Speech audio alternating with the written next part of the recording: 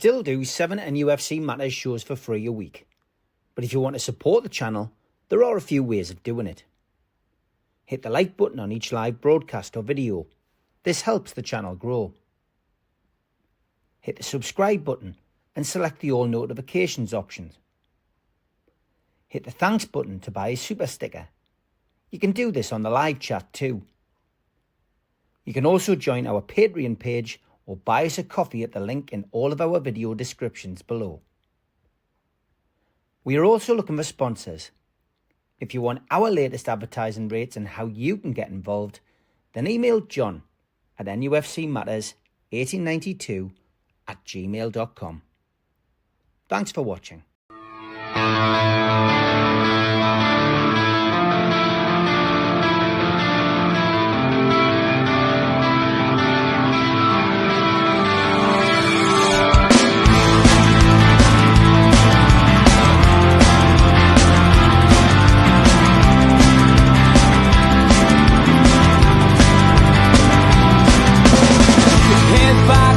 Critics attack. It feels like I've been talking to myself again.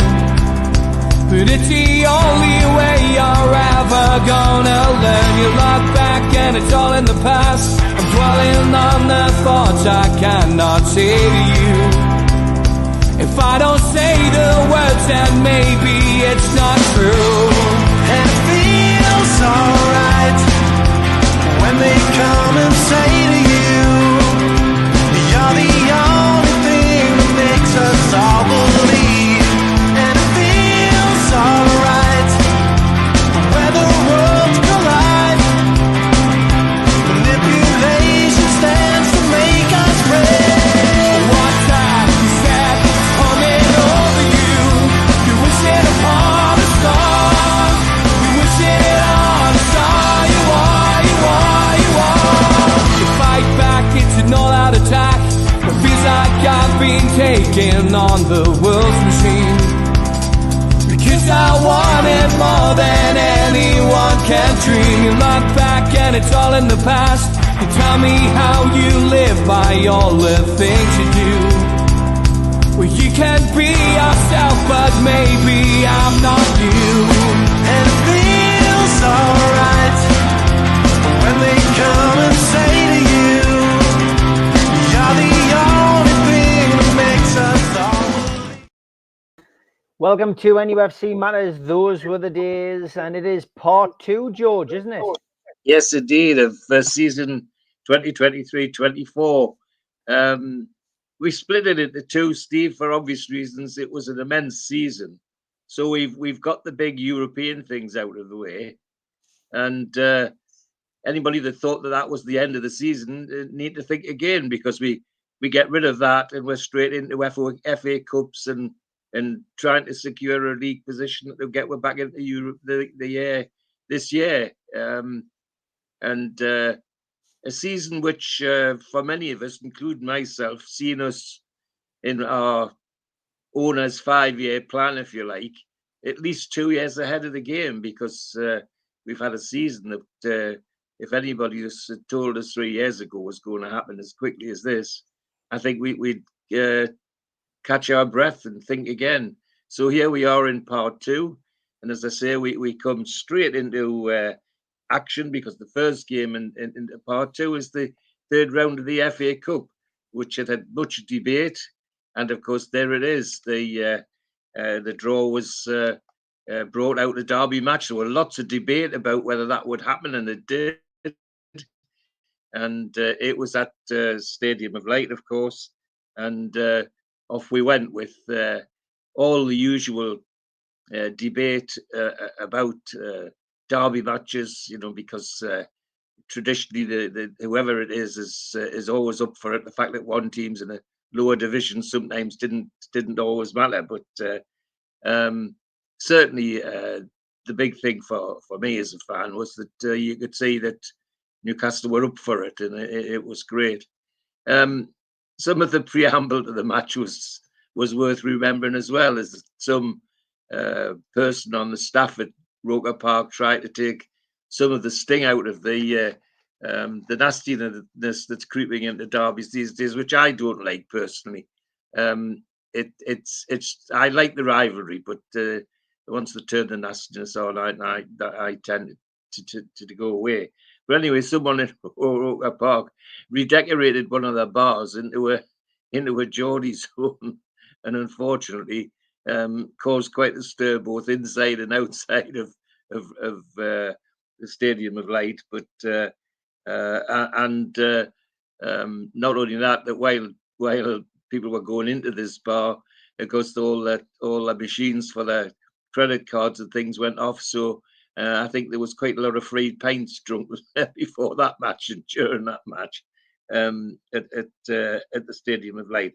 So anyway, here we are at the game, and we sent Drubavka, Trippier, Byrne, Botman, Shaw, Joe Linton, Guveresh, Longstaff, Sean Longstaff, Gordon, Almiron, and Isak out for us.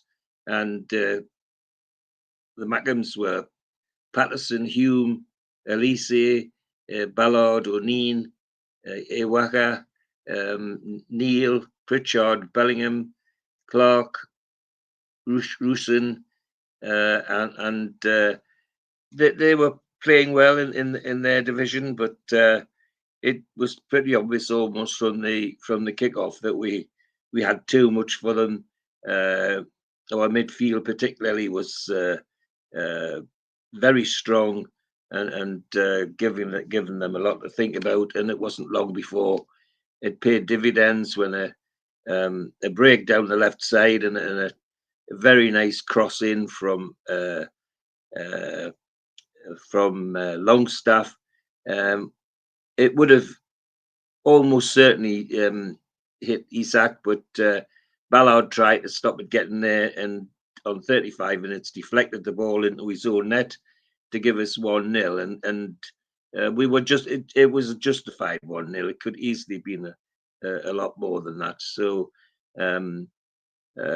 we played out the half, and it stayed at 1-0, and you could tell the home supporters were looking for something special in the second half. Well, they needed to look no further, because it was Newcastle who pushed the game on, stepped up the thing a whole new gear straight after half time, and in 46 minutes, Alexander Isak made it 2, and from then on it was backs to the wall for the Mackhams. They had a tough time. It got a bit spicy. There was one or two fairly spicy challenges.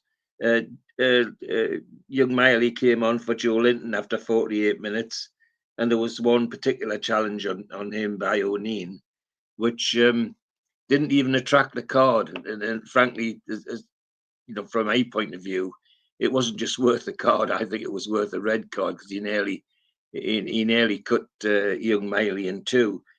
However, that's what derbies were like, and Craig Pawson didn't see like that, the referee, and so the game went on, and we gave them quite a torrid time, and it was no surprise when towards the end, the way they were diving in, they eventually gave away a penalty, which Alexander Isak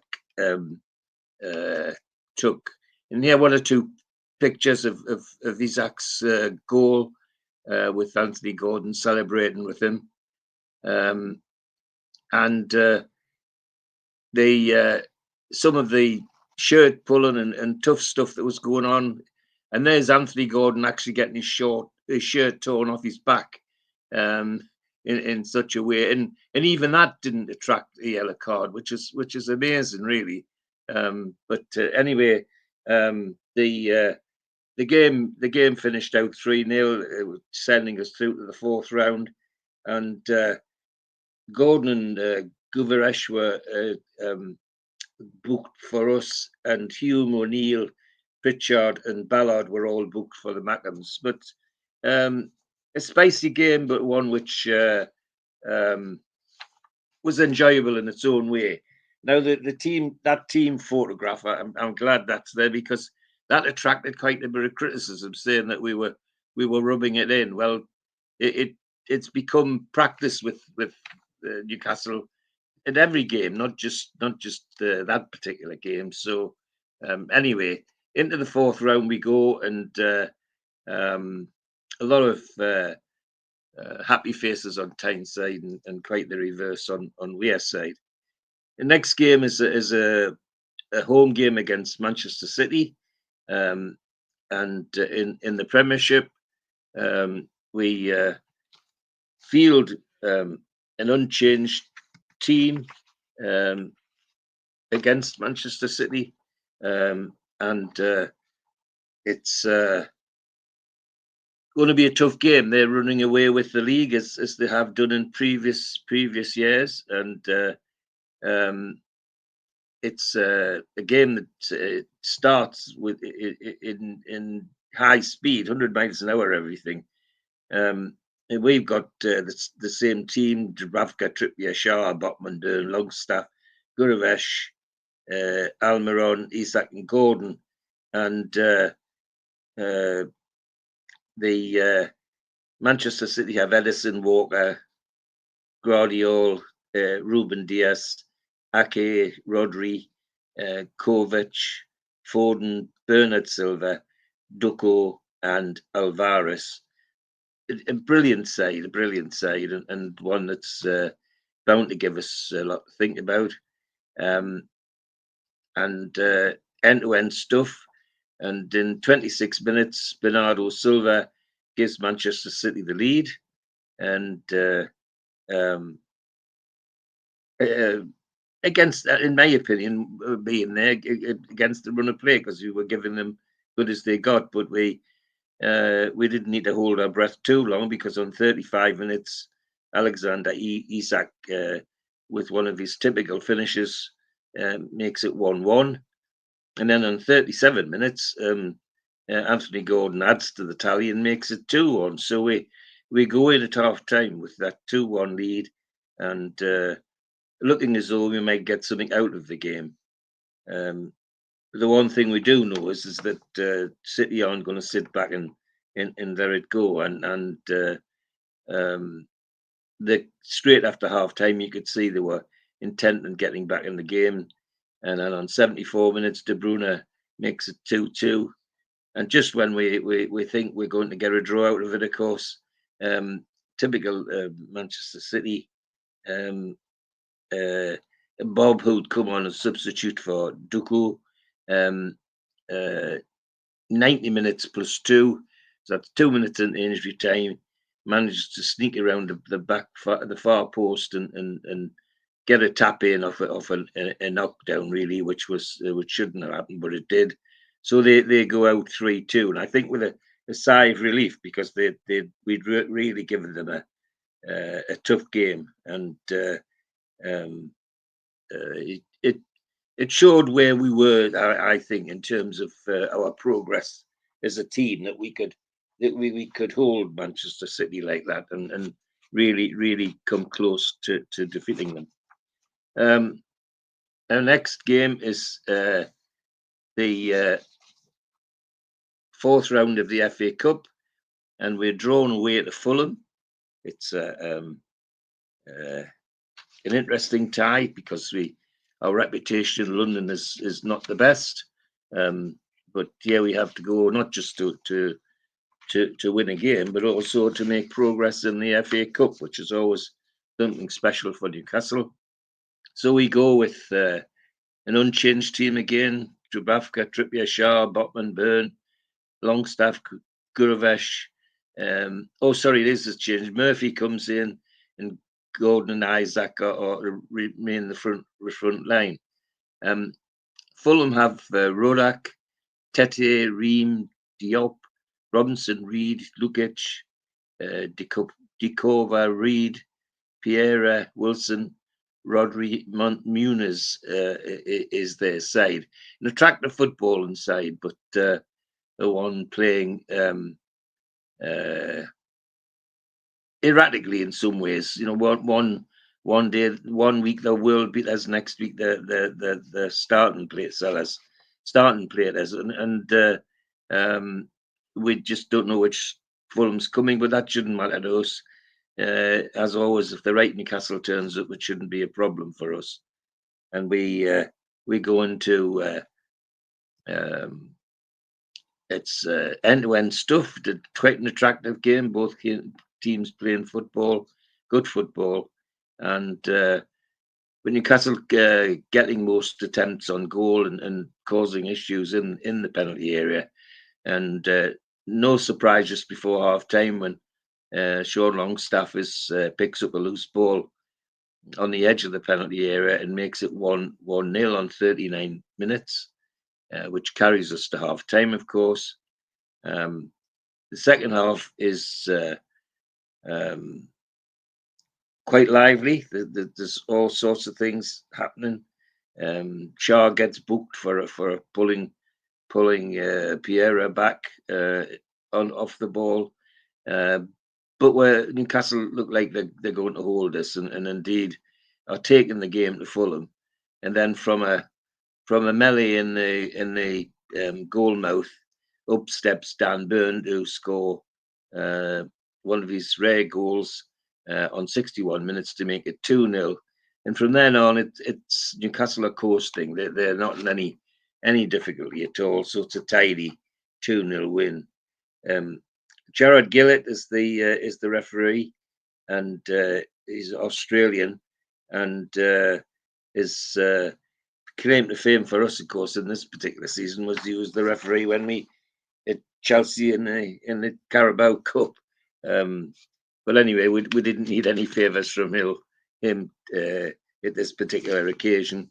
We knew exactly what was needed and got the result we deserved. The next game is at Aston Villa in the Premiership. We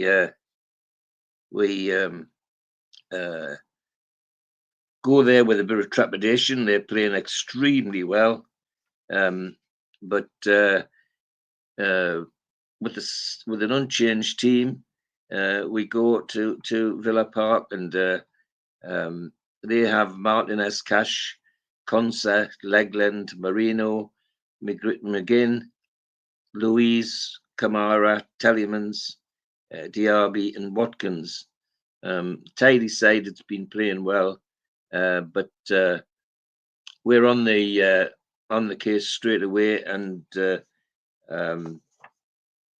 as the play in the first half progresses, we're being particularly dangerous at dead ball situations. And lo and behold, on 32 minutes from a corner, Fabian Schär opens the scoring for us and makes it 1-0. Then on 36 minutes, again, from the edge of the area, Fabian Schär comes onto a loose ball, and with one of his brilliant drives, makes it 2-0. And that's how it stays till half time. And when they come out after the half, it doesn't look like there's any way that Newcastle are going to lose this. We're holding them quite nicely. And then on 52 minutes, it looked like Isak was going to score a goal, but Moreno dashed in to try and take it off his toe. But all he did was to poke it into his own net on 52 minutes. And we became 3-0. And we made lots of substitutes then. And as we eased off a little bit, Watkins managed to sneak through and score a consolation goal on 71 minutes to make it 3-1. A nice game of football, good game, but one that we always look like we would win, and it's always pleasant to win at Villa. They're a team that has a history of weird things with Newcastle United from way back, and it's always feel particularly good to beat them. John Brooks, the referee this time, and the commentary here says that Brooks also in charge of the last season's Premier League visit to Villa by Newcastle, so he's got another book date with us. So, but a 3-1 win, excellent, because we want to get back in this Champions League again as quick as we can. Next game is Luton Town at home in the Premiership, where we should, by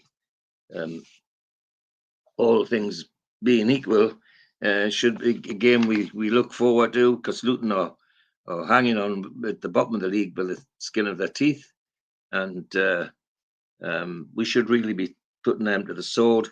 But like everything else about Newcastle, just when you think things are straightforward, they never are, and we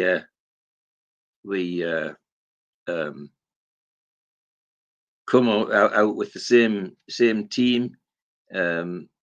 There's one change. Lewis Miley's in the side for Big Joe Linton, and otherwise it's an unchanged team. Luton come with Kaminsky, Mengi, Oso, Bell, Obiengi, Sambi Lunga, Barkley, Doughty, Clark, Morris, and Addy Bay. And this game kicks off, and it's clear from the off that Luton aren't fazed by the fact that they're playing us. They're having quite a good game. Indeed, the star of the game from the kickoff is Barkley, who is a remarkable player in some ways. He's had a varied career from Chelsea to Everton.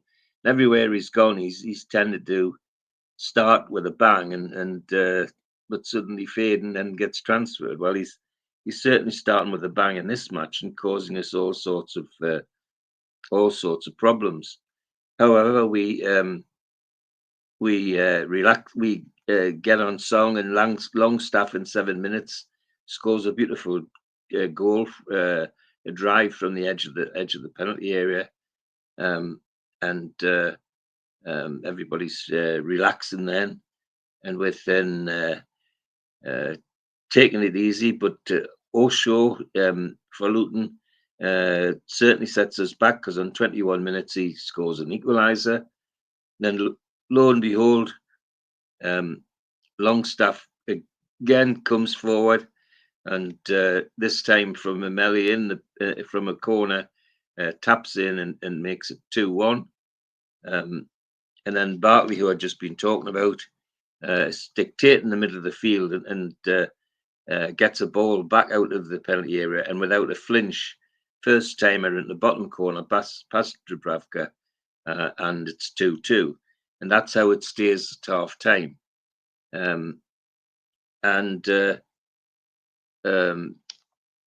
They feel a little disquiet in the ground, I think, at this stage, because we should be really putting Luton to the sword where they are in the league. But there are actually times when Barkley's controlling the whole game, which was quite surprising. People waited with bated breath for what second half would bring. Well, what the second half brought was Luton taking over the game, and Barkley in particular. And on to make matters worse, on 59 minutes, they get a penalty with Doherty, their attacker, being brought down in the area by Byrne, and Morris scores with the penalty on 59 minutes to make it 3-2. And then on 62 minutes, Adebayo, their big centre forward, bustles his way through a corner and makes it 4-2. And it looks like we're in for a very, very surprise defeat. However, Newcastle aren't going to sit back and let that happen, and they come out fighting. And within 67 minutes, Trippier had scores from a free kick, and then just to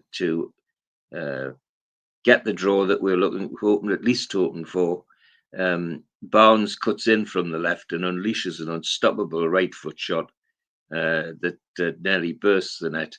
to make it 4-4. And that's how it stayed to the end. It was backs to the wall for Luton then, but they managed to hold on, and it ended up 4-4. It was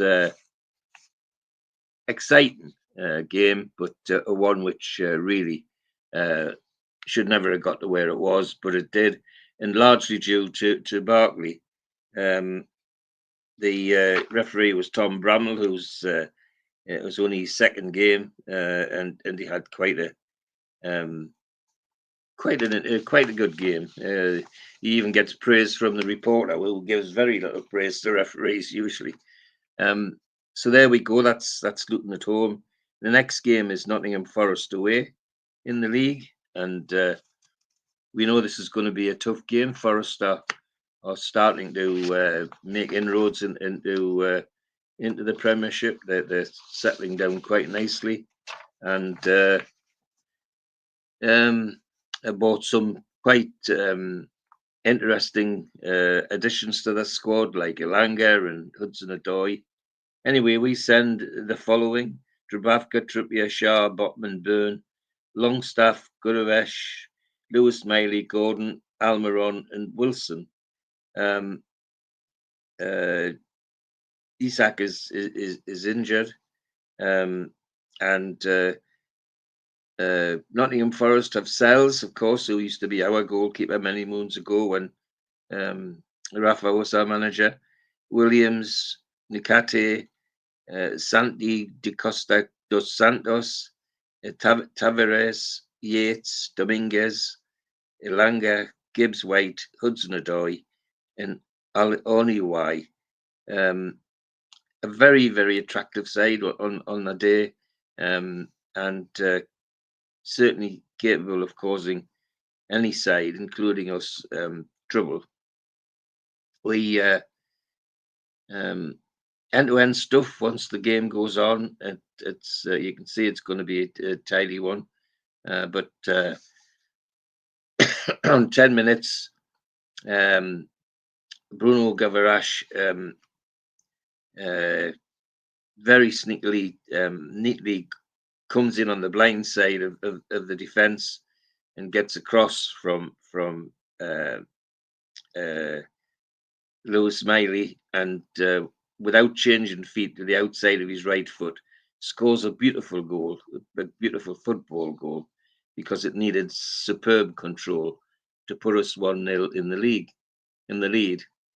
But then Nottingham Forest been causing us all sorts of trouble with their pace down the wings, and lo and behold, Elanga on 26 minutes makes it 1-1, and looks like he's a real cracker of a goal. And then it's end-to-end stuff. We're both sides having chances, and on 43 minutes, Fabian Schär wanders into the penalty area after a melee, after a corner, and plants a beautiful right foot shot into the bottom corner of the net to make it 2-2, to make it 2-1 rather.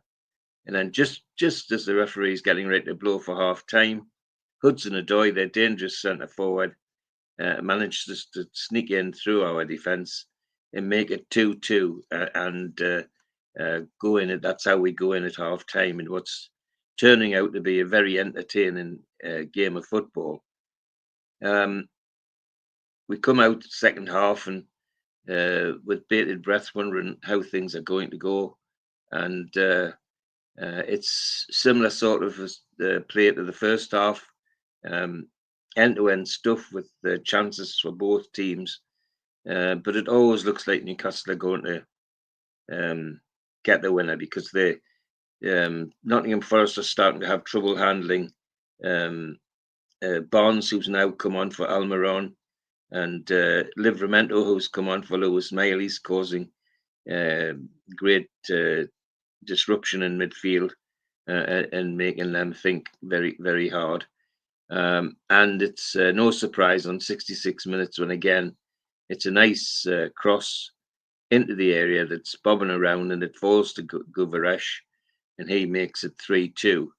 And on the balance of play, that was that was the right thing. We looked the better team, and so we deserved that winning goal, and that's how it turned out to be, the winning goal, 3-2. The referee was Anthony Taylor. He had his third referee game for us, but he doesn't attract the happiness of the reporter, who says Taylor's display bordered on the absurd at times, purposely allowing blatant fouls to go unchecked, and turned to the blindest eyes on the continual thuggery of Ryan Yates, who we have been lucky to stay on the field under some officials. But here barely conceded a free kick, never mind seeing a card of any colour. So the Anthony Taylor's not got a foul in that recorder. Now I have to say, he's right in the sense there were some dreadful tackles allowed to go on, and just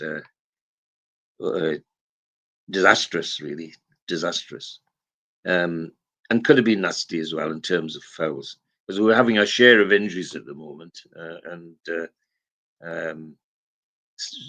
picking a bench at the moment is starting to get a bit spicy. Anyway, we're now at home to Bournemouth, who are an attractive side, playing good football, and 52,224, which is within a handful of being an absolutely full to the brim attendance at St James's Park, which is wonderful. We have the same team with Dubravka, Trippier, Shaw, Botman, Byrne, Longstaff, Govaresh, Almiron, Miley, Barnes, and Gordon. Bournemouth come with Neto, Smith, Ziami, Sinesti, Kelly, Christie, Cook, Semeno, Clivert, Tavernier, and Solanke. Names there in the Bournemouth team who are now applying their trade in the Premiership, but with other teams. I mean, Solanke's Tottenham, Semeno's just moved. Kelly, of course, came to us. So it's interesting how things change in a very short space of time. Excuse me. It's a nice game, good game of football, but not many chances in this first half. And so it's no surprise when we go in 0-0 at half time. We come out after half time, and both teams seem to have stepped up a gear. And it's no surprise when Solanke sneaks in at the back post of a corner to make it 1-0 to Bournemouth. Then on 58 minutes, we get a penalty because Barnes is brought down on the edge of the box, and up steps Anthony Gordon to make it 1-1. Then on 69 minutes, Semenyo, the other dangerous attacker of Bournemouth, manages to get a good shot off and leave Dubravka floundering to make it 2-1 to Bournemouth. And it looks like that's how it's going to stay until right at the death, just before the end of the game, 90 minutes plus two injury minutes, and none other than Matt Ritchie scores the equaliser against his old team, and sends everybody home happy. And although it's Bournemouth, still the attendance is 52,224, and again just a smidgen off a full house, which is incredible for a team like Bournemouth. And they could have lost this one, but we didn't give up. We kept going and kept going, and it was an entertaining game, even though the one that most of us, including me, thought we should have been winning, but we didn't. It's a draw, and it's good to keep our league position going anyway. But a win would have, obviously a win would have been more preferable. But an entertaining game for the neutral, I suppose. We're next at Arsenal, and up there pushing Manchester City and Liverpool for the title, and going to the Emirates is never an easy game, an easy day. It's always going to be difficult one, and so this proves we have an unchanged. We have a slight change in the team. Karius comes into goal. Trippier, Shaw, Botman, Livramento's in the team at left back. Longstaff, Guvaresh, Miley, Gordon, Almiron, and Isak. And Arsenal have Rhea, White, Saliba, Gabriel, Kouari, Odegaard, Rice, Jorginho, Martinelli, Saka, and Havertz. And it's going to be a tough game, this one, because they're really playing well, and we get a taste of what to expect within a few minutes. There are a couple of near misses by Saka and Havertz, and then on 18 minutes, Havertz goes for a header or a corner, and fortunately, it glances off the head of Botman before going in past Karius into the top of the net to make it 1-0 to Arsenal. We're having difficulty with Saka. He's playing out of his skin, and of course he's creating chances for Havertz. So on 24 minutes, it's not surprising when Havertz makes it 2-0 to Arsenal, and it's no more than was to be expected the way the play has been going. We weren't really in this match at this stage. It was proving very tough indeed. So we go to half time and it's still 2-0, and all the Magpies hoping that things will change in the second half. Well, all it changes is that Arsenal pressing us even harder than they were before, and there's no doubt Saka's the star of this game. He's giving us the run around and making life very difficult for us. We then have to substitute Guvaresh for Willock for Guvaresh, and Byrne comes on for Livramento, and Lascelles for Botman, and the sad thing is some of those look like they might be quite bad injuries, which is bad for us. Anyway, we go on, but on 65 minutes, Saka shows his skill by almost walking the ball in the net. And on 69, Kouia it does similarly from the same side, leaving Trippier and Shaw in his wake as he makes it 4. But we don't lie down and take it. We keep pressing on. And Willock's just come on for Guvaresh. On 84 minutes, makes it 4-1, gets a consolation goal. But we're never going to get better than that. It really was a football lesson by Arsenal, as far as I'm concerned, and that's never a nice thing to say. But that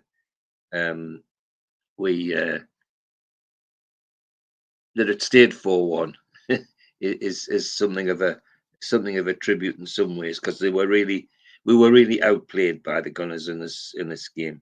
Referee was Paul Tierney, his first match for us in this season. The last time we saw Tierney was a 2-1 Premier League win at Forest in March the previous year. But the interesting thing is the commentator doesn't say anything negative about the referee. So, but there wasn't much negativity to say because Arsenal just controlled the whole game. So then we leave Arsenal and go to Blackburn Rovers for the FA Cup at Ewood Park, and it's an interesting game. It's a game which we send a strong side, as you'd imagine. And Blackburn have their strongest side out, and it's not a very interesting game, is the honest answer. It's all in midfield, very, very little goal mouth action, nothing really to get excited about. And just when we think things are going to go to a 0-0, boring 0-0 draw, Anthony Gordon scores for us on 74 minutes, and everybody thinks, well, that's settled that. But lo and behold, Blackburn centre forward Samodic on 79 minutes scores an equaliser, and that's how it stays to the end. And we end up, of course, with the penalty shootout, which doesn't always end well with Newcastle. But on this occasion, it does. We win the shootout 4-3 and progress through from the 5th round to the 6th round of the FA Cup, to the quarter final of the FA Cup, which is amazing. Here we are, as I say, 3 years after the owners took over, and we're making progress on all fronts, and now into the quarter final of the FA Cup. But the Blackburn games are one that nobody will remember for anything other than the penalty shootout, because it was an appalling game of football in terms of what went on, and the one that which will be forgotten, or probably already has been forgotten, apart from poor sad sacks like me who remembers everything. But it was a really appalling game. But a relief 4-3 win on penalties for us was something of a novelty, because we're used to finding penalty shootouts very difficult. So we're home now, back in the league against Wolves, and the team is slightly changed. Dubravka, Trippier, Shawn, Botman, Byrne, Longstaff, Guvaresh, Willicks stays in the team, Murphy, Gordon and Isak.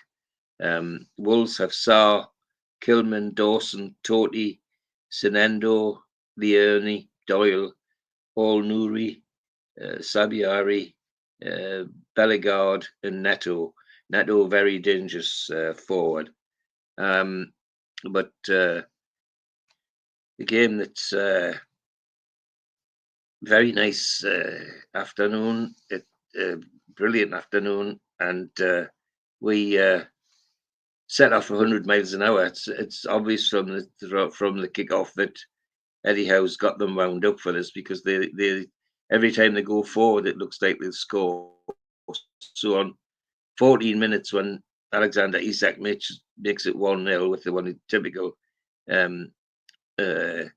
drive from just outside the area, giving the goalkeeper no chance. And then on 33 minutes, Anthony Gordon just runs Wolves ragged and eventually slots the ball underneath the goalkeeper to make it 2-0, which is where it stays till half time. And it's no surprise. We're playing really well in this game, and Wolves aren't in it.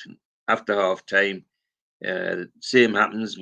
But the problem is we don't seem to be able to find the net. Isak could easily have had a hat trick in this game, but just couldn't manage that final touch. However, just before the end of the game, 90 minutes plus 2 injury, Livramento skids down the left-hand side and into the penalty area and unleashes an unstoppable shot to make it 3-0. So we got a good return to league football, pushing our league position that little bit harder, so we try and get into a European position. The next game is at Chelsea in the league. The Chelsea side that are playing quite well. Bit erratic. 1 minute they're game they're brilliant, next minute they're struggling. But they've got a very talented young side that are capable of giving people headaches. We go with an unchanged team, and they have Petrovic, Gusto, Diassi, Chalaba, Cucurella, Fernandez, Casado, Palmer, Gallagher, Sterling, and Jackson. Some really young English talent in there, particularly with Palmer and Gallagher and Sterling. We have Dubravka, Livramento's gone to right back now. Shaw, Botman, Byrne, who's slotted into left side, left back. Longstaff, Guvaresh, Willock, Almiron, Gordon, and Isaac. And it's an entertaining game from the off, both sides playing good football. Very dangerous stuff. And young Jackson for Chelsea on 6 minutes puts them in the lead. And it could easily have been 2 or 3 goals to either team in this match. They're going at hammer and tongs. But the Jackson goal on 6 minutes, the only thing that separates the sides. And then on 43 minutes, just before half time, Alexander Isak, amazing run from midfield, slots the ball under their goalkeeper and makes it 1-1 for half time. And an entertaining game, good football game. So we expecting better things in the second half, but it's actually Chelsea who wake up in the second half, and Palmer on 57 minutes makes it 2. And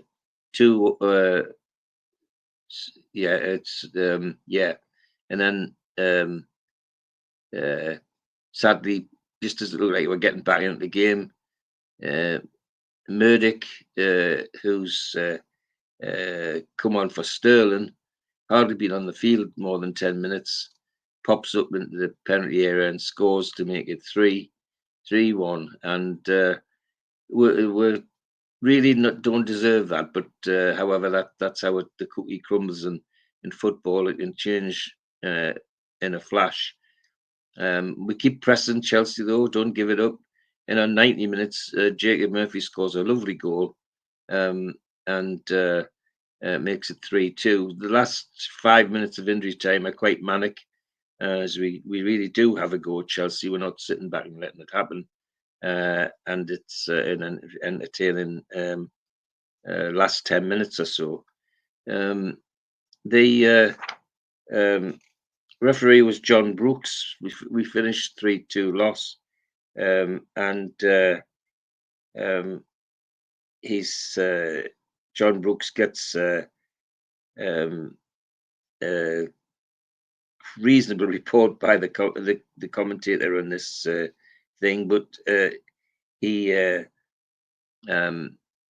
a go at the referee because he feels that Livramento was targeted down that side and targeted in a legal way, but it didn't. The referee didn't agree with that, but a 3-2 loss. It disappointing because we played so well. That was a very attractive game to be in, but we didn't get anything out of it. Now we're up to the quarter final of the FA Cup against Manchester City. The draw, of course, unkind to us. Another away draw.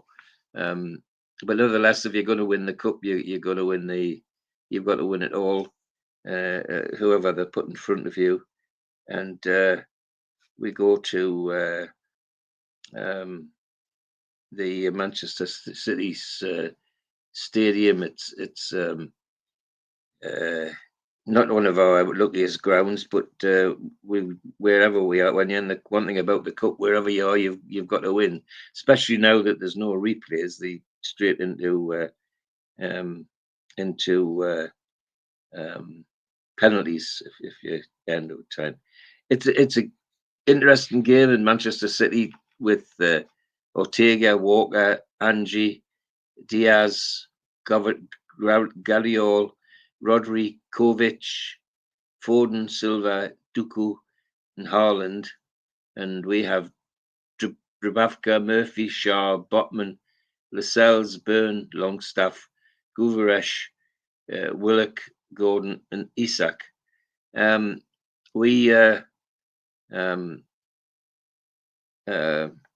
my opinion, we were a bit timid in this game. I felt that we sat back a bit too much and let Manchester City too much of the ball, and the net result was that Silva was able to ghost his way around around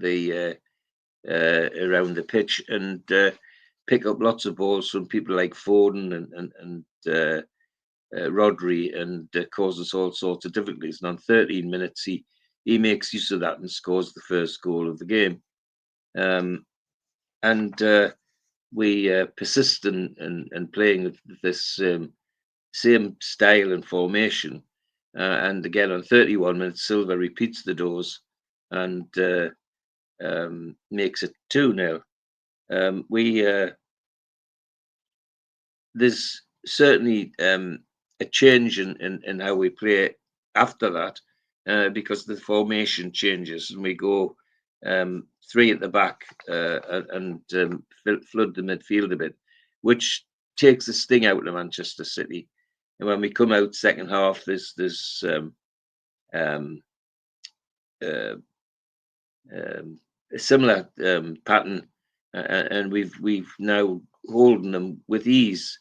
The pity is it's a bit too late, and then on 62 minutes we have a wholesale substitutes: Hall on for Byrne, Anderson for Willock, Miley for Longstaff, Almiron for Gordon, and Kraft for Botman, all at the same time, and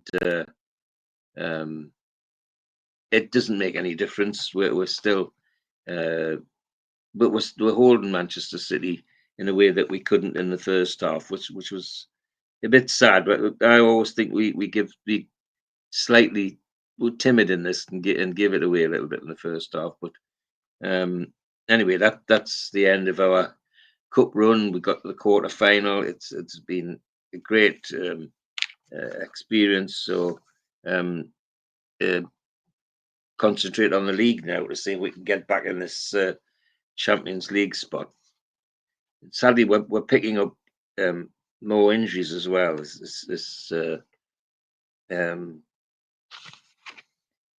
Next game is the home game in the Premiership against West Ham, who are playing some good football and being predicted as being as breaking into the top 6. They're playing so well, and they've made 1 or 2 interesting buys, like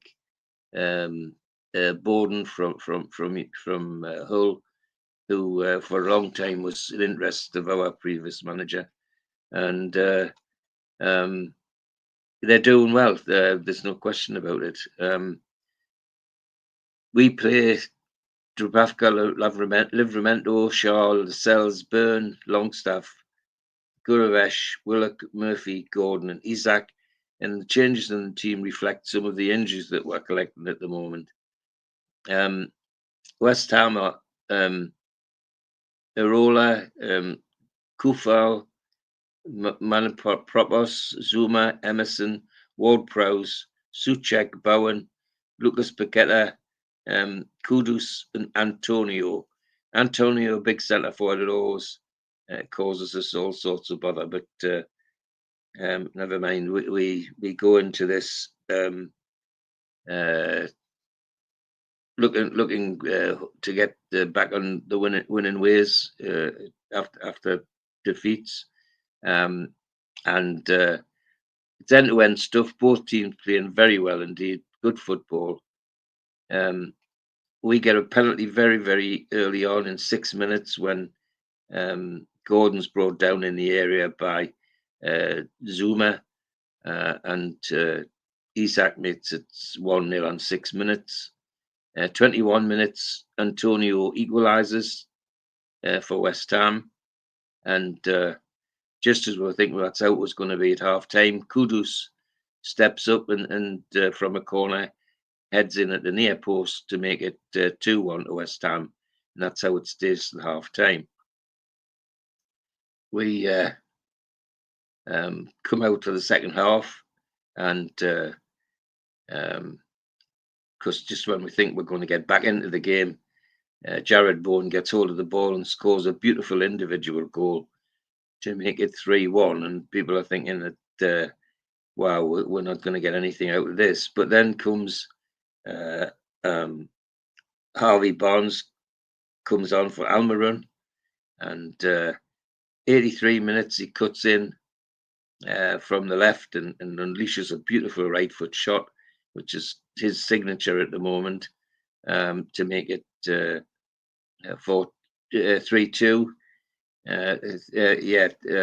And then he 3-3 rather, and Barnes comes in again and makes it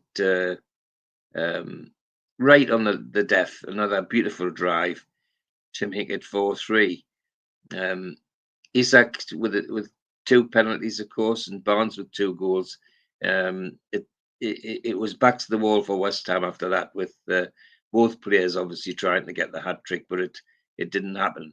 But still, a 4-3 win was good against a West Ham team has been targeted as touted by the touts as being special. The big downside at the end was that just before the end, Anthony Gordon gets involved in a tussle in the penalty area, and he's the one who ends up getting booked to second booking, so it turns into a red card, which was a disappointing end to a good game and a good victory. Next, we are at home to Everton. We should be beating Everton. They're bumping along the bottom of the league again, having all sorts of difficulties on and off the field.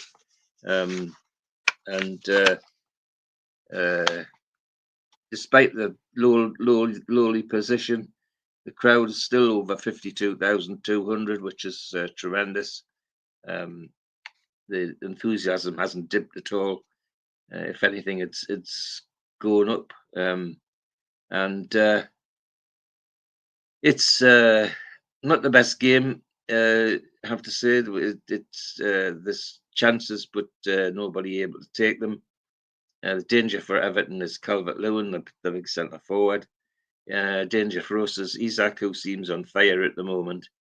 And on 15 minutes, he shows why with a beautiful goal running onto a through ball from Anderson, make it 1-0. So it stays till half time. And just as we think that it's going to stay that till the end, because the game's petering out in a nothing kind of game. It's Calvert-Lewin steps up to take a penalty after a really bad foul by Dan Burn on the same Calvert-Lewin, and he makes it 1-1 on 88 minutes. And really disappointing, because the game was always ours. Just didn't come off for us, which is quite sad. But heave a sigh of relief for Everton, because they're in real trouble, as they have been for a few seasons now. So we then away to Fulham, and in the Premiership, unchanged team. The Fulham team: Leno, Castagna, Tushin, Beasley, Robinson, Jobo, Palina, Carney, Iwobi, who they've just bought from Everton, who used to be at Arsenal, of course, Pereira, Willen, and Carvalho. And not the best game. We're unchanged, with one or two people recovering from injury, but managing to keep the same side, which is not happening very much. But it's not the best game. I've got to say that neither side is shining very much, and both goalkeepers having very, very little to do. And it looks like it's going to peter out into a very dull 0-0. But then we hadn't banked on the absolutely sublime skills of Bruno Gavarache, who on 81 minutes manages to evade the the Fulham offside trap to score an absolute peach of a goal to give us a 1-0 victory, which was, I have to say, barely deserved because of the really appalling play in this particular game. Neither side doing themselves any favours. But a 1-0 win's a 1-0 win, especially away from home in London, and really helps to cement our challenge to stay in the Champions League places. The commentator says of this referee, Sam Allison, they call him, taking charge of his first game. The Chippenham-born gets on his first game after handling Sheffield United 2, Luton 3 on Boxing Day. So he didn't do us any harm anyway. But I love the comments this guy makes about the referees. But a dull game, a very, very dull game. But an important thing is however dull, it was a win, and takes us home to the next home game in the Premiership to Tottenham Hotspur, and we have one or two changes in our side due to injury. Trabavka, Murphy, Jakey Murphy, Kraft, Shaw, Byrne, Longstaff, Guvaresh, Anderson, Barnes, Gordon, Isak. There have been some fairly bad injuries to people like Botman and one or two others, and Joel Linton. So we're patching the side up a little bit at the moment. But stirs come Vicario, Porro, Romero, Van de Ven, Undogi, Bissouma, Bankero, Johnson, Madison, Werner, and Son. Still an attractive attacking side, Spurs, but attacking or not is matterless, because in this game it looks like Alexander Isak's on fire, and on 30 minutes he makes it 1-0. 32 minutes, Gordon makes it 2-0, and we go in at half time 2-0 with the game well in our own control. Repeat doors in the second half, out we come, running Spurs ragged basically. Isak gets another goal on 51 minutes, and then on 87, typical Fabian Shaw drive from just outside the area to make it 4. So, after that, Spurs are just shutting up shop in the hope that it doesn't get worse than 4. Except that towards the end, it gets a bit nasty, and they end up with getting 5 people booked. Madison, Romero, Bissouma, Van de Ven, and Johnson all going in the referee's book because they were trying to roughhouse us out of scoring any more goals, and they succeeded. But a good win for us is the important thing in terms of that. So we're now in a away game in London at Crystal Palace. Never an easy place to go, but a one which we generally enjoy. But we've an unchanged team with Jacob Murphy staying at fullback. Crystal Palace: Henderson, Klein, Anderson, Richards, Munoz, Wharton, Hughes, Mitchell, AU, SE, and Mateta. a good football side, but they haven't been getting many results of late. And first half, interesting. We kick off and two very near misses for Isak and Gordon, but we go in at half time 0-0. Then the second half, and all things going fine, but we don't seem to really do anything in the penalty area. And while we're dithering, Mateta on 55 minutes manages to get a header from a corner to make it 1-0 to Palace.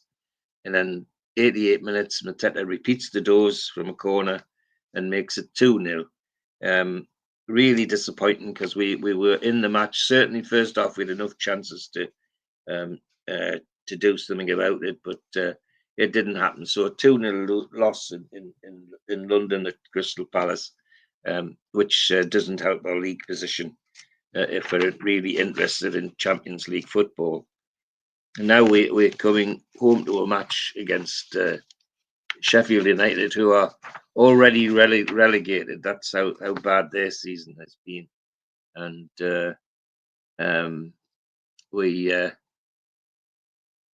interesting team. There's the Dubravka, Hall, Livramento, Byrne, Shaw, Longstaff, Guveresh. Jacob is now back in the forward line. Anderson, Gordon, and Isak. Sheffield United, Fordingham, Holgate, Andramovic, Trusty, Bogle, Harner, Asteris, Brooks, Auburn, Archer, and Brennet and Diaz. Well, we're expecting fireworks in this match because of Sheffield, and we certainly get them because on 5 minutes, Dravivic, their big fullback, heads in a corner on 5 minutes, and so it looks like we're in for a tougher match than we thought. However, in 26 minutes, Alexander Isak evens things up, and that's how it stays till half time. Second half, we come out and the only way to describe it is we set about Sheffield United, and on 54 minutes, Bruno scores. 61 minutes, we get a penalty after Gordon's fouled in the area, and Isak scores on 61. 65, the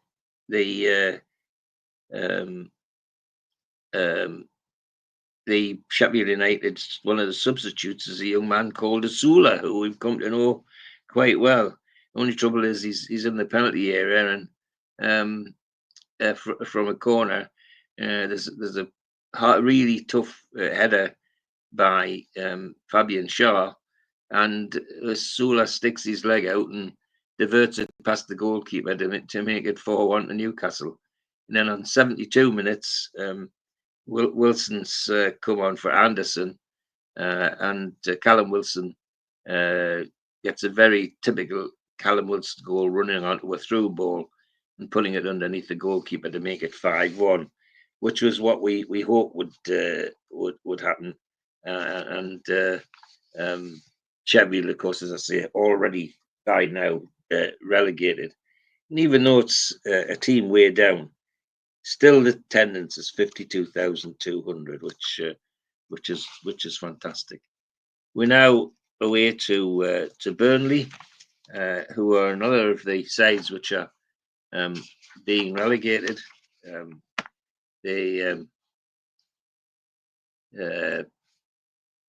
Burnley traditionally have been close to Newcastle for lots of reasons. History of taking lots of young lads from this area to play for them. So we send Dubravka, Livramento, Kraft, Byrne, Hall, Longstaff, Guveresh, Gordon, Murphy, Wilson, Isak, and you can see by the changes in the team how the injuries are starting to affect us quite badly. But nonetheless, that's how things go. We face the Burnley side of Muric, Assignon, O'Shea, Estevez, Vinto, Cullen, Burge, Brownhill, Brun Larson, Forster, and Odebird. and it's good football, a match from the off, bit of end-to-end stuff, but it's quite clear that Burnley struggling against the pace of Gordon and Murphy and Wilson, and 19 minutes Wilson makes it 1-0, and then 35 minutes Longstaff makes it 2-0, and on 40 minutes Guveresh Bruno makes it 3-0. So we go in at half-time 3-0, feeling quite comfortable, and so we should. We played absolutely fantastic in that half. It must be said, though, against a very poor Burnley defence. 55 minutes, Isak scores his usual goal, and it's 4. Then on 86 minutes, just before the end, O'Shea comes on as a substitute and makes it 4-1 as a consolation to Burnley. But a game which we won handsomely and never looked like changing. The commentary, well, it's Anthony Taylor's the referee again, and fourth Newcastle game for this season for the Manchester official, none of which have been on Tyne's side. Starting off with a 2-2 draw at Wolves, he returned to our 2-4 loss at Liverpool, then the 3-2 away victory at Nottingham Forest. Today he seemed in an odd mood, overlooking several obvious free kicks, giving others when an advantage to playing was on the cards, and booking 2 Newcastle players for really innocuous incidents. So certainly that Anthony Taylor is not a favourite of our commentator in terms of refereeing, but a good victory for us, and helping us to try and rescue a European League Cup position. They're now home to Brighton, and if we're really serious about this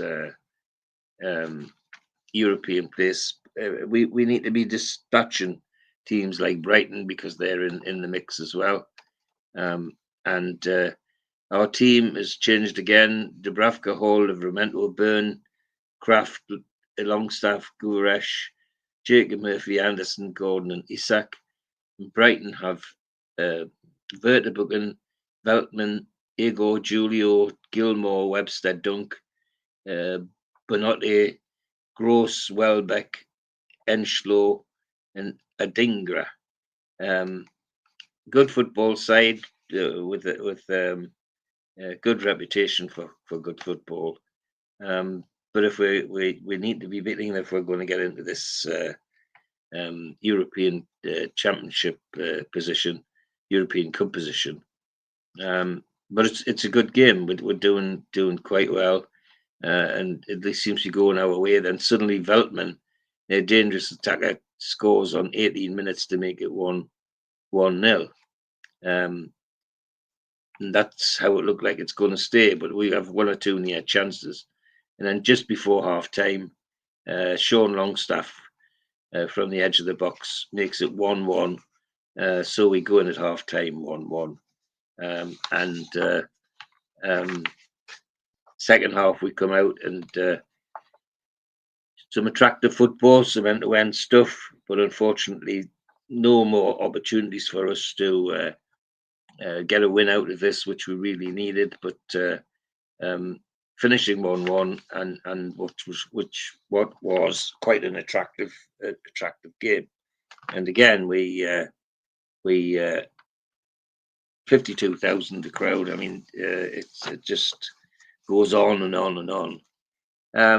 And our next game is Manchester United away, and we go with Dubravka, Trippier, Kraft, Byrne, Hall, Longstaff, Guveresh, Gordon, Murphy, Anderson, Isak. Manchester United, Onana, Win, Bazaka, Casemiro, Evans, Dalot, Manino, Amrabat, Dalio, McTominay, Garnacho, and Fernandes. and it's going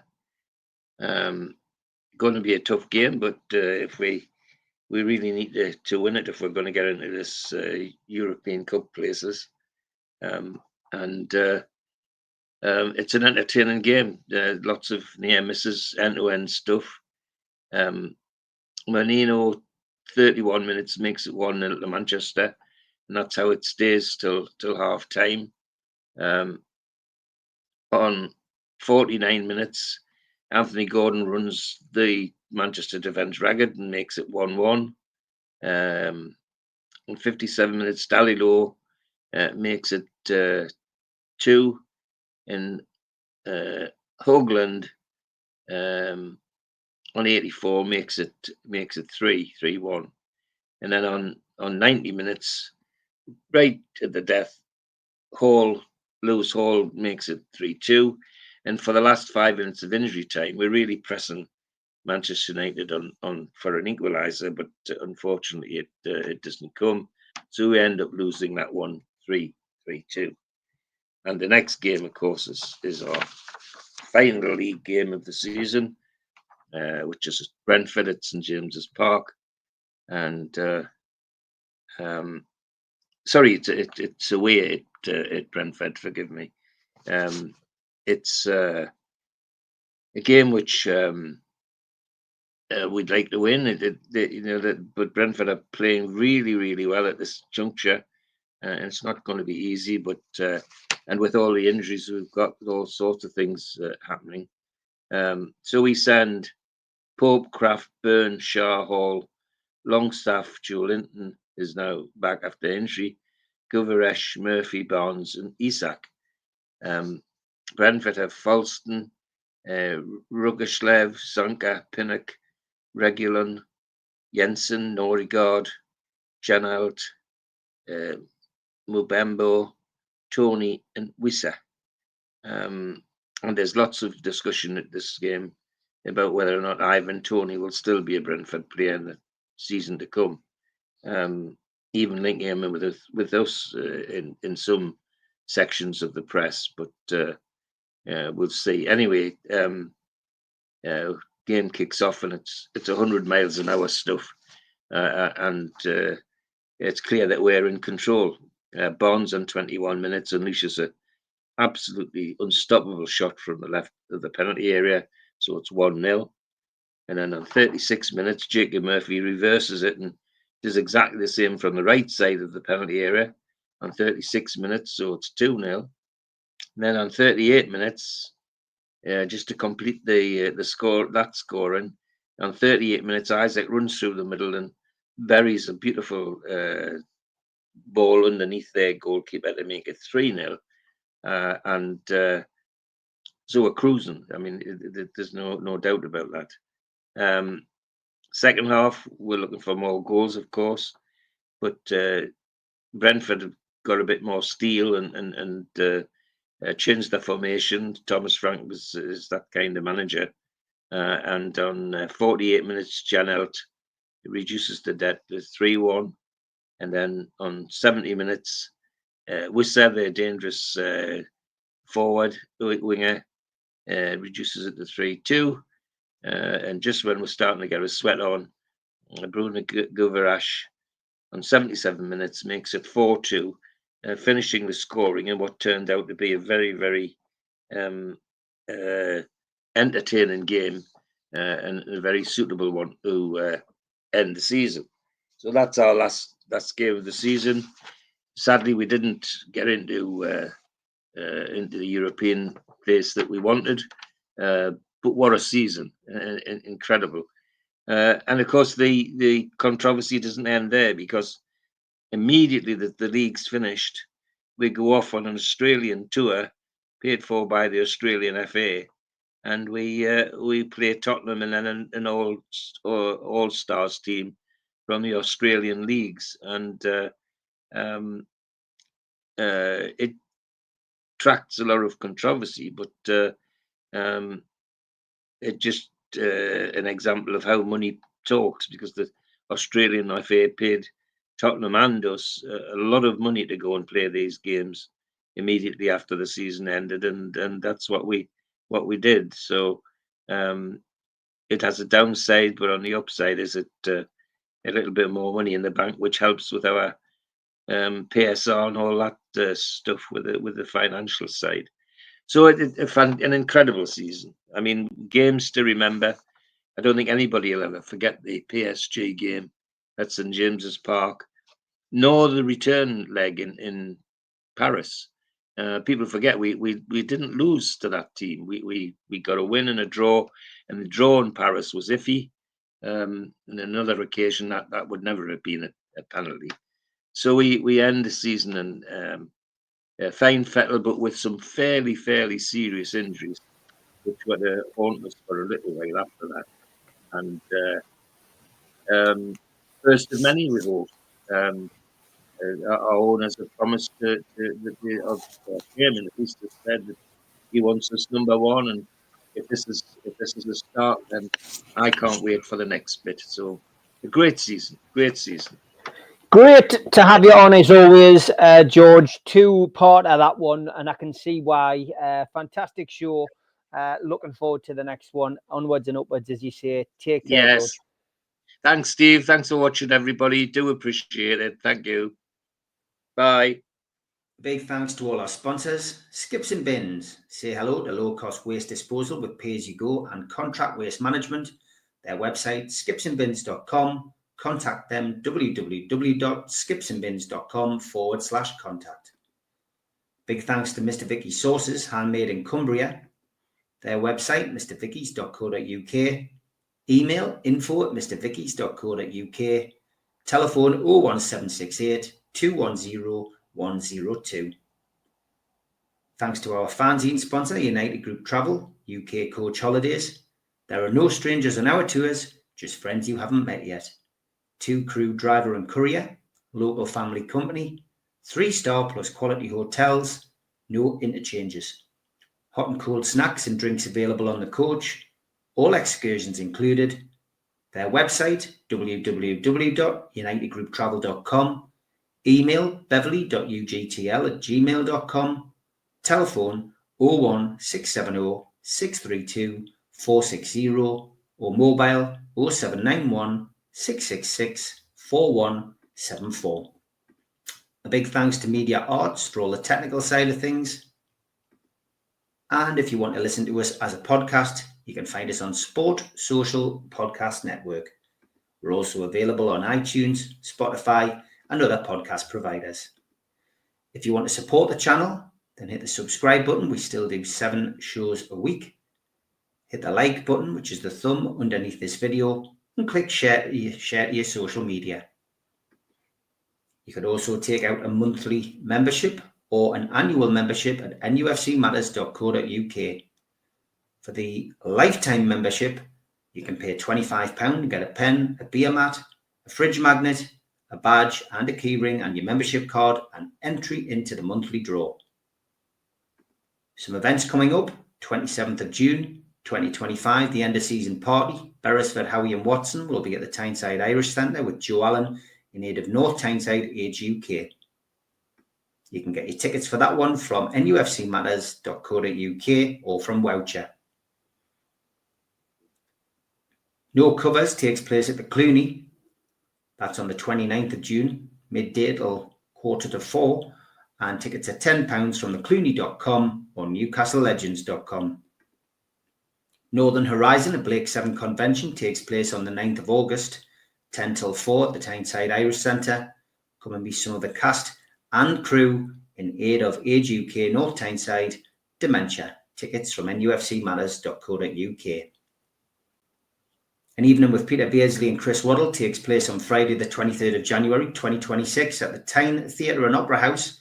You can get tickets from the box office 0844 249 1000 or from tynetheatreandoperahouse.uk. And Bad Manners are back in the Northeast at the O2 City Hall, Friday the 30th of January 2026. Tickets from ticketmaster.co.uk.